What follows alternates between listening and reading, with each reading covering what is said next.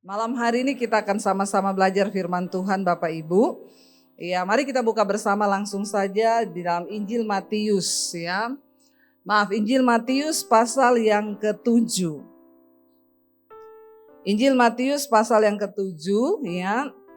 Ini adalah ayat yang sering kita baca, tapi saya berdoa kita mendapatkan sesuatu karena hari-hari ini banyak pengajaran sesat ya. Jadi saya mau kasih tahu tentang hal yang sesat. Injil Matius 7 ayat yang ke-15 ya. Di sana kalau kita baca, saudara yang ada Alkitab, judul perikopnya adalah hal pengajaran yang sesat. Ya, siapa yang takut dengan ajaran sesat? Angkat tangan. Ya, siapa yang tidak takut? Siapa yang bingung? Yang bingung angkat kaki ya. Iya saudara, sering kali kita ini orang Kristen mendengar hati-hati loh itu sesat loh. Hati-hati itu loh sesat loh. Hati-hati itu loh sesat loh. Ya sebenarnya yang sesat itu yang seperti apa? Ya kita gak perlu takut dengan hal-hal yang menyesatkan kalau kita ini kuat berakar di dalam firman Tuhan. Kecuali ya kita memang gak pernah baca Alkitab, gak pernah mendalami Alkitab, gak pernah tahu Alkitab, itu bahaya. Injil Matius 7 ayat yang ke-15, hal pengajaran yang sesat. Ayat 15 berkata, baca bersama, 1, 2, 3.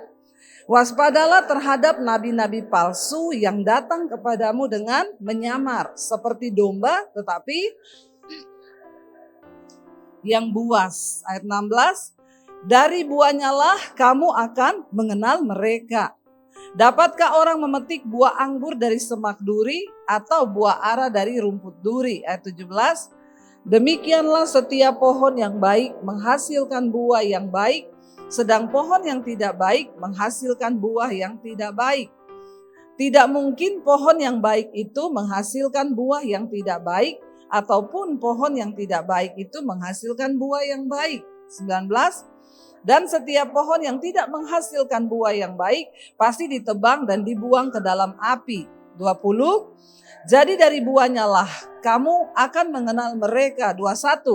Bukan setiap orang yang berseru kepadaku Tuhan, Tuhan akan masuk ke dalam kerajaan surga, melainkan dia yang melakukan kehendak Bapakku yang di surga. 22. Pada hari terakhir banyak orang akan berseru kepadaku, Tuhan, Tuhan, bukankah kami membunuh demi namamu dan mengusir setan demi namamu dan mengadakan banyak mujizat demi namamu juga? 23. Pada waktu itulah aku akan berterus terang kepada mereka dan berkata, aku tidak pernah mengenal kamu, enyahlah daripadaku kamu sekalian pembuat kejahatan.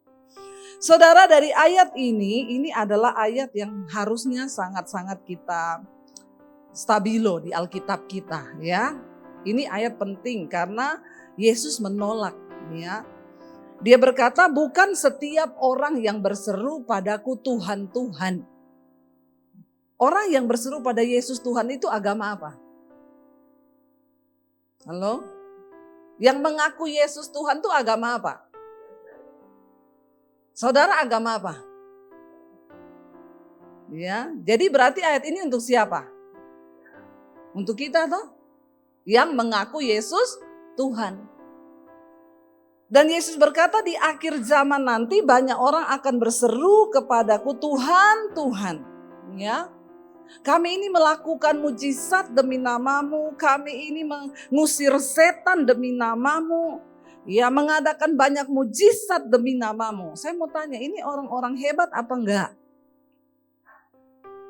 Ya, menurut saudara ini orang hebat enggak ngusir setan loh demi nama Yesus? Ya, dia menyembuhkan orang sakit demi nama Yesus loh, hebat.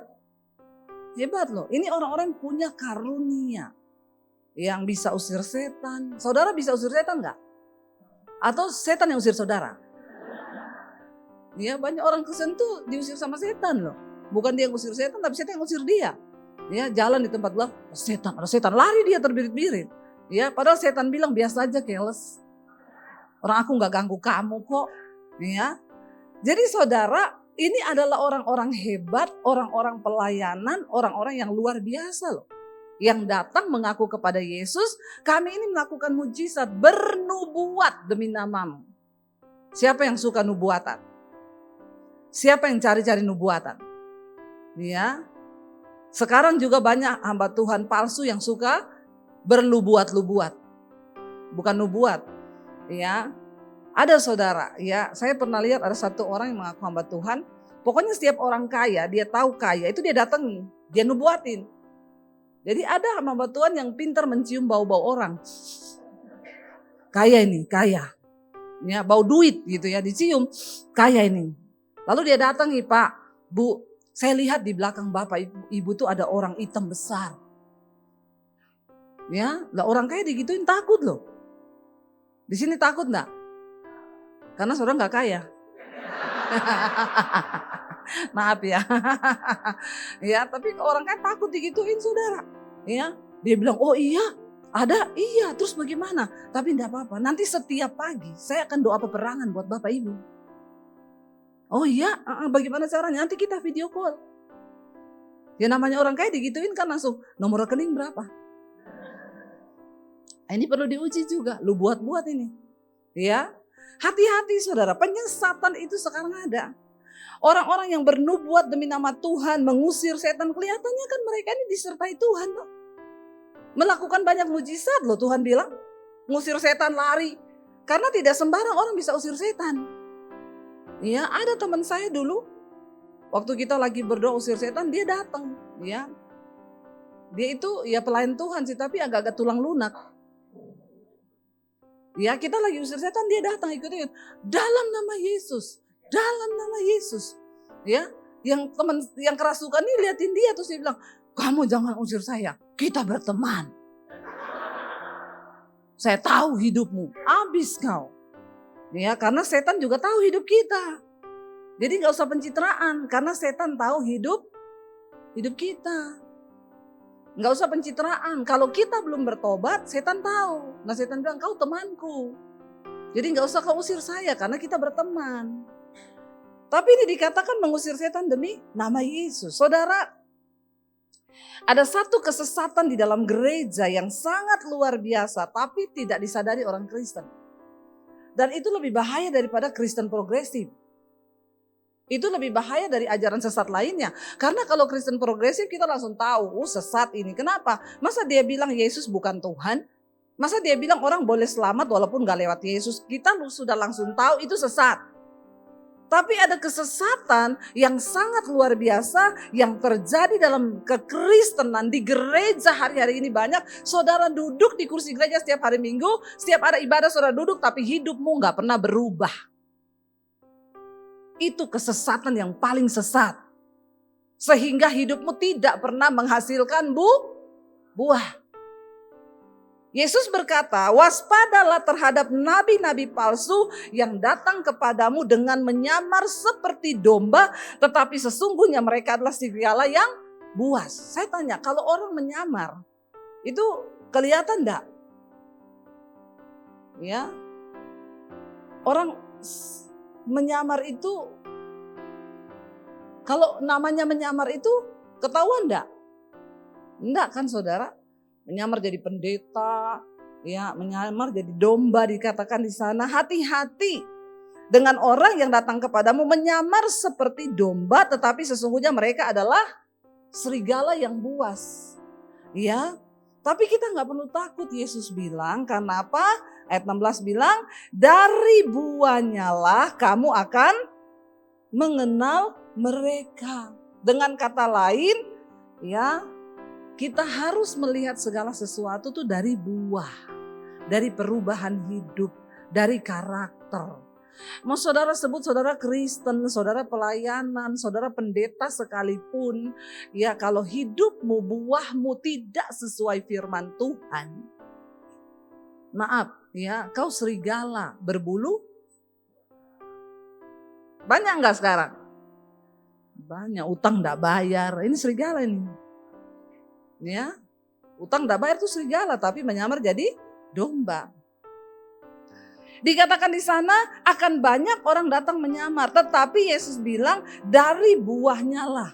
Saya belajar ayat ini saudara, Yesus nggak ngomong pengajaran sesat. Hati-hatilah terhadap mereka yang datang dan ajak kau berdoa di bawah pohon pakai asap-asap. Kan bayangan kita ajaran sesat tuh begitu kan?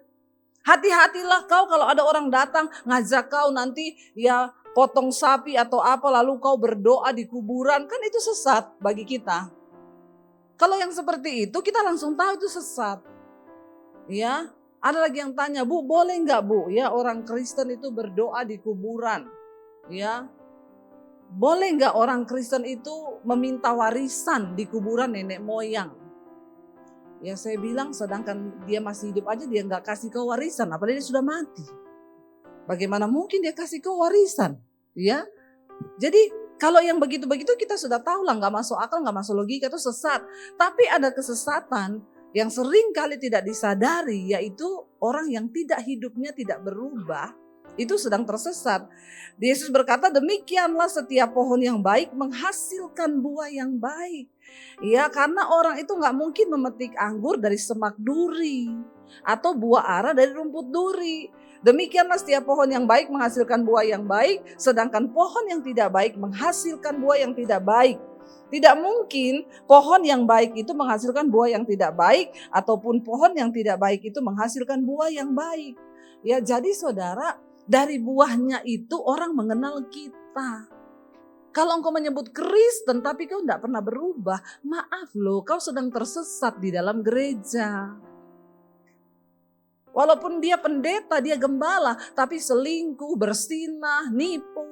Ya, kau hanya jabatanmu saja, tapi hidupmu gak berubah. Ya, itu perlu bertobat. Saya mengingatkan ini kenapa? Sebentar lagi Tuhan mau datang. Ayo berubah hidupmu, amin. Kita belajar dari seorang di dalam Alkitab, Rasul Paulus, 1 Timotius pasal yang pertama, kita buka bersama saudara. Rasul Paulus memberi contoh dirinya saudara ya.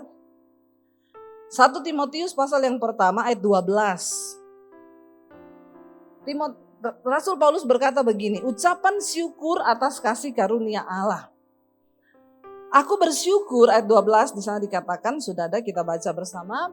Aku bersyukur kepada Dia yang menguatkan aku, yaitu Kristus Yesus Tuhan kita, karena Ia menganggap aku ini setia dan mempercayakan pelayanan ini kepadaku. Aku yang tadinya seorang penghujat, seorang penganiaya, seorang ganas, tetapi aku telah dikasihaninya karena semua itu telah kulakukan tanpa pengetahuan, yaitu di luar iman. Rasul Paulus itu dulu seorang teroris, dia pembunuh jemaat Tuhan, dia pembunuh orang-orang percaya. Ya, dia jalan dari satu kota ke kota yang lain, dia bunuh orang Kristen. Dan dia mengakui, dia bilang, aku ini dulu seorang penghujat, seorang penganiaya, seorang ganas, seorang pembunuh dia saudara. Ya, tetapi dia berkata di sana, tetapi aku melakukan semuanya itu tanpa pengetahuan, yaitu di luar iman. Karena saat itu dia belum percaya kepada Kristus. Nah, kita sudah percaya kepada Kristus, kita mendengar kebenaran, kita baca firman, kita belajar Alkitab. Tapi pertanyaannya, apakah hidup kita ini tetap sama seperti dulu atau kita sudah mengalami perubahan? Kalau kita belajar dalam pengenalan akan Kristus yang benar, kita baca Yesus berkata kamu harus mengampuni, karena orang yang tidak mengampuni sesamanya itu adalah pembunuh manusia. Tapi kita nggak mau mengampuni, ya berarti kau tidak mau diubahkan di dalam firman Tuhan. Kita semua harus berubah. Rasul Paulus berkata, aku ini tadinya seorang penghujat, seorang penganiaya, seorang ganas. Ayat 14 berkata, malah kasih karunia Tuhan kita itu telah dikaruniakan dengan limpahnya kepadaku dengan iman dan kasih dalam Kristus Yesus. Ayat 15 baca bersama. Perkataan ini benar dan patut diterima sepenuhnya. Kristus Yesus datang ke dunia untuk menyelamatkan orang berdosa. Dan di antara mereka akulah yang paling berdosa. Ayat 16. Tetapi justru karena itu aku dikasihani agar dalam diriku ini sebagai orang yang paling berdosa, Yesus Kristus menunjukkan seluruh kesabarannya. Dengan demikian aku menjadi contoh bagi mereka yang kemudian percaya kepadanya dan mendapat hidup yang kekal. Saya mau tanya saudara, Yesus itu menerima orang berdosa enggak? Iya. Ya, asal orang berdosa itu mau datang kepada Yesus. Mau datang untuk apa?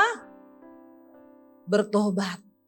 Ya, jadi jangan diputar-putar ayat firman Tuhan itu. Saya berdosa, tapi Yesus mengasihaniku kok. Makanya aku berdosa terus.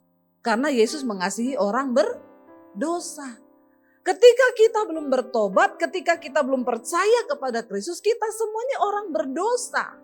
Termasuk saya dulu banyak dosa. Saya dulu juga ketika bertobat, saya merasa seperti Rasul Paulus yang berkata, di antara semua orang, aku ini paling berdosa. Tapi karena kita banyak dosa, kita dikasihi Tuhan. Makanya kita dipilih oleh Tuhan tanpa melihat dosa kita. Itu yang dikatakan diselamatkan karena kasih karunia. Tapi setelah kita menerima Yesus, kita diberi kasih karunia. Alkitab berkata kita terima tiket nih. Bukan karena kau benar, bukan karena kau baik. Kau dikasih tiket keselamatan ini karena kasih karunia. Yang sebenarnya tiket ini kita gak bisa beli. Dengan apapun kita tidak akan pernah bisa membeli keselamatan. Makanya kita bisa selamat hanya karena kasih karunia. Tuhan panggil nih, kamu bisa selamat gak? Nggak bisa, aku nih banyak dosa Tuhan, nih tak kasih tiket gratis. Setelah kita terima saudara keselamatan itu. Ya, kalau kita nggak kerjakan keselamatan itu, kita nggak bisa menikmatinya. Makanya Alkitab berkata, kerjakanlah keselamatanmu itu dengan takut dan gentar. Waktu kita terima keselamatan ini, maka kita harus mengalami perubahan hidup. Makanya Rasul Paulus berkata, justru karena aku ini adalah orang yang paling berdosa, aku dikasihani agar dalam diriku ini sebagai orang yang paling berdosa, Yesus Kristus menunjukkan seluruh kesabarannya dengan sebuah tujuan apa? Dengan demikian aku menjadi contoh bagi mereka yang kemudian percaya. Tujuan kita diselamatkan sekalipun kita banyak dosa, supaya kita ini orang Kristen semua menjadi contoh. Orang yang melihat Rasul Paulus, gila ya, dia itu dulu pembunuh loh. Dia itu dulu ganas, tapi kok sekarang dia mengalami perubahan. Apakah orang sudah melihat perubahan dalam hidup kita saudara? Hati-hati dengan kesesatan ini. Ini sangat menakutkan loh, kalau Tuhan datang kita bisa ditolak. Saya selalu berkata, tidak semua orang Kristen itu bisa selamat masuk surga. Hanya mereka yang mengerjakan keselamatan itu. Makanya Yesus berkata, hati-hati, tidak semua orang yang berseru padaku Tuhan, Tuhan akan masuk dalam kerajaan Allah. Saya dulu ketemu sama satu orang sopir gereja saudara ketika saya pelayanan. Saya diantar pulang sama sopir ini. Lalu dia bilang gini, Bu, saya ini dulu bukan orang Kristen, saya gak kenal Tuhan Yesus. Terus ceritanya saya itu naksir sama cewek Kristen. Terus karena saya naksir sama cewek Kristen ini, cewek ini bilang gini, aku mau terima kamu jadi pacarku asal kamu mau ke gereja. Dia bilang dalam kamus saya tidak mungkin saya ke gereja karena saya ini lahir dari seorang yang garis keras, sangat anti dengan kekristenan. Tapi demi untuk mendapatkan cewek ini, dia bilang ya udahlah saya pura-pura aja lah ke gereja. Jadi gereja belum buka, dia sudah datang duluan. Ngapain? Dia ludahin itu kursi gereja. Ya, dia ludahin, cuk. Saya nggak tahu ludahnya berapa liter tuh, karena kan itu gereja ratusan ya kursinya ya.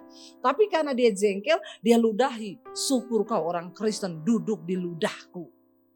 Setiap hari Minggu dia lakukan itu saudara. Satu saat ketika dia pulang dari gereja, dia itu preman di Lebak Bulus di Jakarta. Saya ini kerja sebagai preman, Bu. Kerjaan saya rampok, nipu, apalagi kalau itu saya tahu orang Kristen. Saya semangat untuk ya copet orang Kristen itu karena saya benci orang Kristen. Satu kali ketika dia pulang gereja, dia mau ke Lebak Bulus, dia naik motor, tiba-tiba dia mengalami kecelakaan saudara. Dia bilang, Bu, saya jatuh di tengah jalan. Saya lihat itu mobil Kopaja melaju kencang ke arah saya. Ya, karena di Jakarta itu yang maha kuasa yang pertama Tuhan, kedua Kopaja. Kau jangan mencoba melawan Kopaja ya. Udah pasti kau pindah alam. Lalu akhirnya dia lihat itu Kopaja melaju kencang ke arahnya dia. Dia cuma bilang begini, Yesus kalau memang kau Tuhan, selamatkan aku. Cuma gitu toh yang terbersit. Tapi dia juga bilang, saya juga gak tahu kenapa saya berucapnya ke Yesus gitu. Tiba-tiba dia cuma tutup mata. Lalu itu Kopaja berhenti pas bannya itu di samping kepalanya. Jadi dia itu sudah masuk di bawah mobil. Ya, bannya itu berhenti pas di samping kepalanya. Orang semua teriak, "Hei, mati, mati, mati, mati." Ternyata dia keluar dari bawah mobil tidak ada cedera apapun. Dia bilang, dia lihat waktu ditanya orang, "Kenapa kamu bisa selamat?" Saya lihat ada orang pakai jubah putih itu turun di jalan raya. Dia tahan mobil Kopaja itu sehingga dia berhenti tepat di samping kepala saya. Dari situ saudara, dia bilang, aku mau percaya kepadamu Tuhan Yesus. Dia minta dibaptis, dia ke gereja saudara. Dia ke gereja kali ini tidak ludahi kursi gereja. Tapi dia datang dengan penyesalan dosa, dia dijamah Tuhan, ya dia menyerahkan hidupnya sungguh-sungguh kepada Tuhan. Akhirnya ketika firman Tuhan setiap minggu dia dengar, dia bilang, saya gak tahu Bu, mulai ada sesuatu terjadi di hati saya. Dia mulai tidak sejahtera lagi copet, dia mulai tidak sejahtera untuk jadi ya preman di Lebak Bulus di terminal. Dia mulai bertobat, hidupnya merenungkan firman Tuhan, lalu dia mulai banyak datang ke gereja. Singkat cerita, Tuhan itu baik, Tuhan pertemukan dia dengan satu pengusaha di gereja. Tadinya dia jadi tukang parkir di gereja, dia bilang, ya udahlah saya nggak mau kerja jadi preman, saya tak jadi tukang parkir di gereja. Karena dia sudah tidak mau melakukan dosa. Lalu ketika dia jadi tukang parkir di gereja, hidupnya lurus, berubah. Ketika orang itu hidupnya berubah, Tuhan itu tidak tutup mata.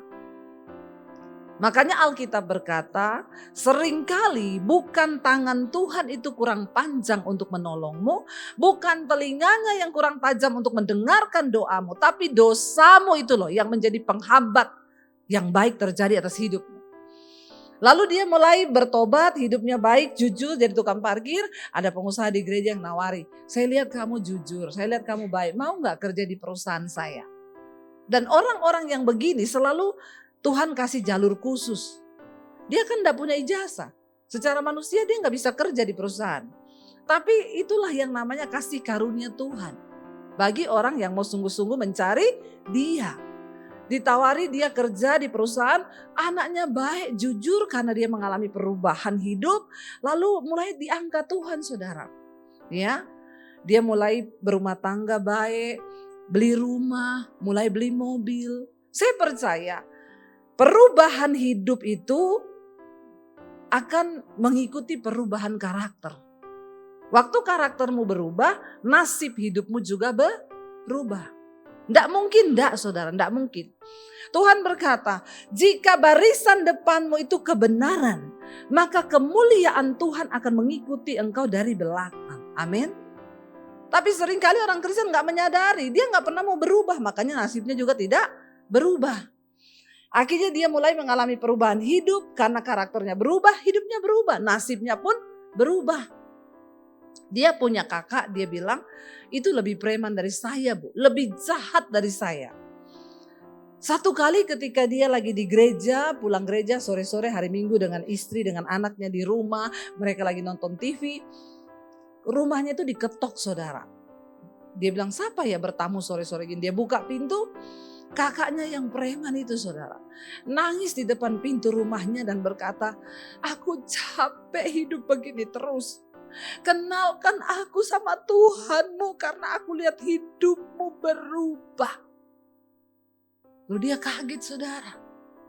Ya, ini yang Rasul Paulus berkata, aku ini tadinya sebagai orang berdosa, aku dikasihani oleh Tuhan supaya lewat diriku ini aku kemudian menjadi contoh bagi mereka yang akan percaya kepada Kristus. Seringkali kenapa orang gak mau jadi Kristen tersandung. Lihat orang Kristen. Ya bagaimana saya mau jadi Kristen Bu? Orang dia tuh loh tiap hari ke gereja selingkuh kok. Ada yang selingkuh di sini? Coba angkat tangan. Di bawah ada kolam ikan. Ya, saya minta Pak Pendeta cemplungin saudara rendam 20 menit di bawah situ. Biar buka mata langsung di rumah Bapa di sorga. Lebih baik tubuhnya binasa tapi jiwanya selamat. Ya, bagaimana orang mau bertobat? Saya nggak mau Bu, itu aja orang gereja Bu, bersinah Bu, bolak-balik selingkuh Bu. Ya, ganti-ganti habis sama ini, sama itu, sama itu, sama itu. Ya, jangan kau menjadi batu sandungan bagi orang lain yang mau percaya kepada Tuhan Yesus. Ya, kamu kenapa nggak ke gereja? Alah ke gereja, itu loh kakak saya. Ke gereja dari dulu pelayanan, utang nggak bayar. Nggak usah angkat tangan. Ya, bertobat saudara. Ya, kalau utang punya niat untuk bayar. Ya, karena orang Kristen banyak hidupnya menjadi batu sandungan. Ya, hidupnya nggak berubah. Bagaimana mungkin saya menjadi Kristen? Itu aja Kristen dari dulu kok. Tapi mulutnya kalau di rumah semua kebun binatang keluar. Engkau menjadi penghalang orang bertobat untuk datang kepada Yesus. Padahal di sini firman Tuhan berkata, Rasul Paulus bilang, aku diselamatkan supaya dalam diriku ini orang melihat ada Kristus. Dan Alkitab berkata, engkau itu suratan Kristus yang terbuka, yang bisa dibaca oleh semua orang. Amin saudara. Ya, dulu pakai baju seksi, ketemu Yesus, bajunya enggak seksi lagi. Di Malang ini enggak ada saya lihat ya. Kalau di Jakarta banyak saudara. Orang Kristen ke gereja pakai baju setali, pakai rok mini. Ya, nanti kalau nyanyi angkat tangan lagi. Itu menjadi batu sandungan bagi di sebelahnya. Ya, banyak orang Kristen yang begitu nggak bertobat. Pahanya di ler kanan kiri bisa dilihat orang. Ya, paha ayam Kentucky lebih mahal daripada pahanya. Ayam Kentucky masih ada harga 15.000 satu potong. Ya, kan ketika engkau bertobat orang melihat hidupmu. Bagaimana kita hidup beretika di dalam Kristus, hidup yang berubah. Kenapa? Karena ternyata kesesatan yang sangat membahayakan waktu engkau duduk di gereja tapi hidupmu tidak pernah berubah. Suami istri marahan. Ada loh saudara. Suami istri orang Kristen hamba Tuhan. Berantem, gak bicara, bahkan pisah ranjang. Tapi berani khotbah. Berani pelayanan, berani ke gereja. Enggak pendeta, enggak jemaat. Kau enggak boleh hidup di dalam hawa nafsu yang membinasakan, yang membuat engkau tidak berkenan kepada Tuhan. Semua orang yang berjumpa dengan Tuhan Yesus harus mengalami perubahan. Ya, dulu ketika saya belum terima Yesus Bu, saya ini kalau berantem sama suami saya 3 hari 3 malam enggak omongan. Kalau sekarang enggak, ya 3 menit saja sudah selesai, amin. Itu bisa kok saudara, bisa. Waktu jiwa kita dipenuhi firman Tuhan, kita bisa melakukan itu. Saya sama suami dulu kalau berantem lama. Tapi saya pikir-pikir satu kali Roh Kudus bilang, pendeta sakit jiwa kau. Loh kita ini kalau marah sakit jiwa loh. Saudara pikir orang sakit jiwa itu cuma lari-lari di jalan gila itu gila korslet. Ya tapi orang dikit-dikit marah, dikit-dikit tersinggung tuh jiwamu sakit. Kau perlu disembuhkan oleh firman Tuhan. Karena pada waktu kita mati nanti jiwa ini loh yang harus memberikan pertanggungan jawab kepada Tuhan. Makanya Yesus berkata, jangan takut kepada manusia yang dapat membunuh tubuhmu saja. Tapi takut kepada Allah yang dapat membunuh baik tubuhmu maupun jiwamu di dalam neraka. Ya, dalam jiwa manusia itu ada pikiran, perasaan, kehendak. Ya, kalau ini kita nggak diubah, maka kita ini jadi orang yang dikit-dikit marah, dikit-dikit tersinggung. Ya dulu saya begitu kalau sama suami saudara. Sampai satu kali kami di mobil pernah berantem hebat. Saya nggak mau bicara saudara. Ya, dan laki-laki itu kalau di mobil lagi nyetir berantem, dia sih nggak ngomong, nggak marah-marah, tapi dia injak gas sampai 150. Terus kalau kita bilang, kamu masih marah ya? Enggak, siapa bilang aku marah? Padahal gasnya hampir 200. Itu namanya sakit. Nah, orang itu kan di dalam jiwa manusia pikiran, perasaan, kehendak. Waktu pikirannya marah, perasaannya juga marah. berbuah kepada kehendak kan. Biasanya dia injak gas itu. Kalau dalam kota itu ya 70, 80, paling banter 100. Ini saya lihat sampai 150. Berarti lagi sakit. Ya Bapak-bapak ya. Lalu saya di jalan, saya takut saudara, saya lihat aduh di tol dalam kota dia lari ini 150, 160. Ya, saya bilang aduh, lalu Roh Kudus ngomong, ya teruskan marahmu, teruskan. Kamu sakit jiwa, suamimu juga sakit jiwa. Ya, lebih baik kamu minta maaf, berdamai. Kenapa? Kamu naik mobil begini, dia setir kencang lagi marah. Kalau kamu kecelakaan, mati dua-dua kau masuk neraka. Percuma pelayananmu puluhan tahun itu. Saya bilang, tapi kan yang salah dia, kenapa saya minta maaf? Roh Kudus bilang, enggak usah peduli siapa yang salah, minta maaf aja, taklukkan egomu. Ya, saya sampai bilang, enggak harus dialah. Dia semakin gasnya kenceng saudara. Saya juga takut, aduh ini kalau kecelakaan bener ini enggak main-main ini kita. Ya. Lalu saya dapat gambaran tuh kayak setan tuh duduk di tengahnya saya dan suami. Dia lagi giniin kepala kita, sakit jiwa, sakit jiwa. Lalu saya bertindak, enggak Tuhan, saya enggak mau jadi pendeta sakit jiwa, saya harus taklukkan ego saya. Roh Kudus tuh ngomong gini, kalau kamu enggak mau ngomong, pegang aja tangan suamimu, selesai. Semudah itu kan? Bisa Yura? Bisa. Bilang sama Yura, aku bisa Yura. Ya. Roh Kudus tuh ngomong gini, ambil tanganmu, taruh di atas tangannya dia, selesai. Lu gak usah ngomong, gak usah bicara, gak usah minta maaf. Sebenarnya dengan bahasa tubuh dia tahu. Saudara tahu saya ini mau angkat tangan, kayak orang kena stroke. Turun lagi. Saking ego, saking sakit jiwa, jiwa saya lagi dipengaruhi setan. Ya lalu Roh Kudus bilang, ayo ambil tanganmu, taruh di atas tangannya. Saya coba lagi begini. Ternyata memang menaklukkan diri sendiri itu tidak mudah. Tapi kita harus bisa supaya nggak tersesat. Akhirnya saya berdoa dalam nama Tuhan Yesus, iblis kau tidak boleh numpang di mobil saya ya. Di belakang ada truk, turun kau. Naik truk di belakang. Saya bilang dalam nama Yesus saya angkat tangan saya pegang tangan suami saya.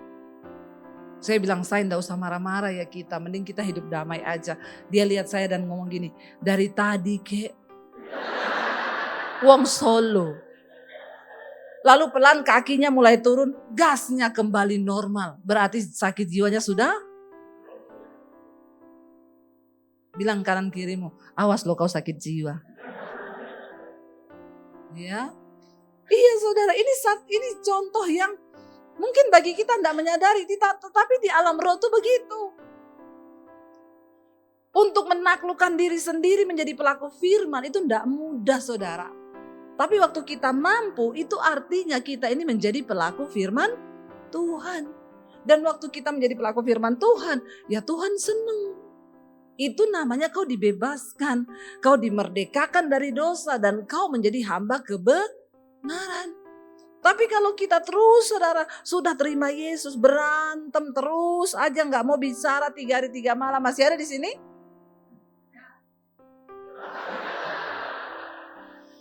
Bertobatlah sebab kerajaan Allah sudah dekat. Ya, bertobatlah saudara. Saudara nggak takut kalau Tuhan datang saudara lagi marahan atau saudara marah-marah lalu tidur mati. Karena kalau tidur marah-marah bahaya, bisa mimpi ketemu kuntilanak. Dicekik kau enggak bisa napas. Ya, mati dalam keadaan lagi berantem, enggak masuk surga loh. Percuma segala kebaikanmu itu.